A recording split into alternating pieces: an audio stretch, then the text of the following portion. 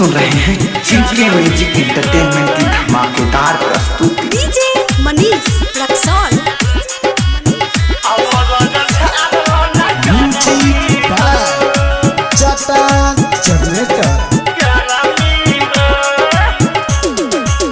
सजिए से बनी हमारे बोला हम देती हो राजा। सजिए से बनी हमारे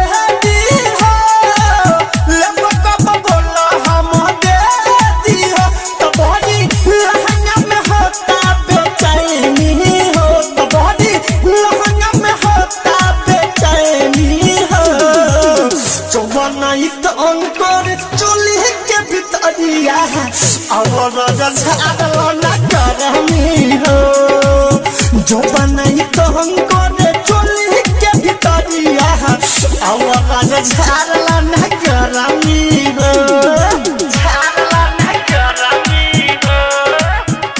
आप सुन रहे हैं जीके म्यूजिक एंटरटेनमेंट की धमाकेदार प्रस्तुति। डीजे मनीष रक्सौल।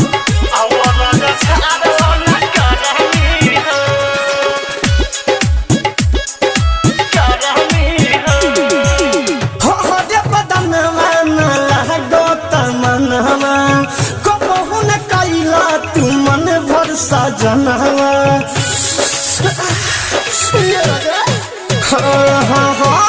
हरे बदनवा लागो तमनवा कबहू न कैला तू मन भर सजनवा मन भर सजनवा संगे ई तब भीतर ले मरनी हो संगे ई तब भीतर ले मरनी हो जो बनही तो करे चली के भितरिया और जो बनाई दम करे चली के भितरिया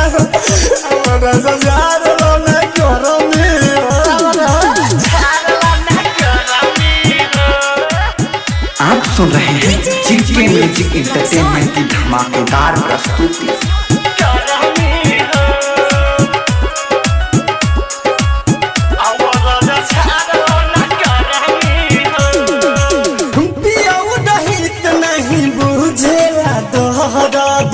गौतम बिहारी बारे नाम के महाराज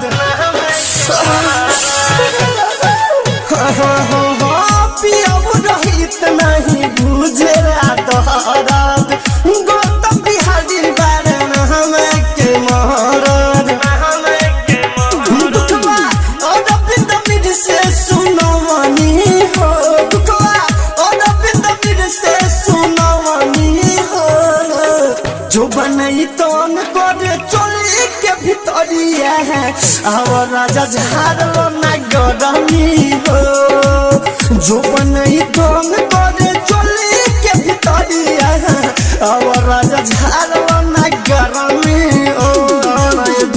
सिंह डिजिटल रिकॉर्डिंग स्टूडियो चिरैया।